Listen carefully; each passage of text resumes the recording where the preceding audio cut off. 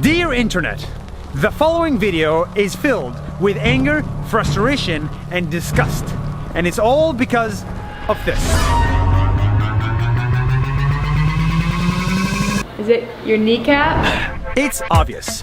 The internet is filled with content that sexualizes men and women, but mostly women. Sex sells. And on the internet, sex sells a lot.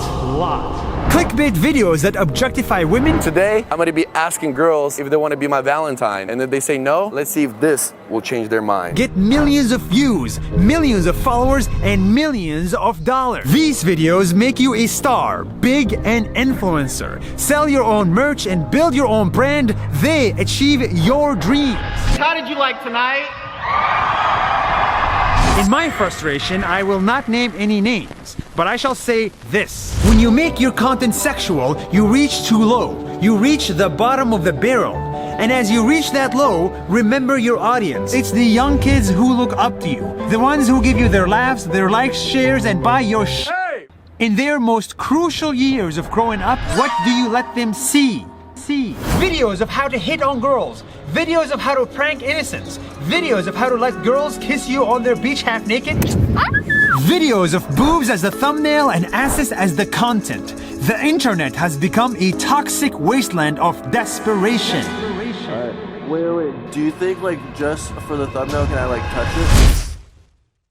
All because we're rewarded the like, click, view, add, and share, and forget the real purpose of influence. In this video, I said I'm not gonna name names, but I can't.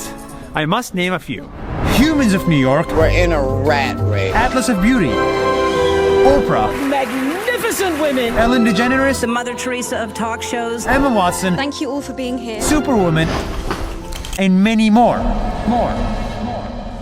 These are the names we should remember as the ones who rose above easy content and influenced billions of lives without relying on that clickbait, without relying on that thumbnail. They built an empire.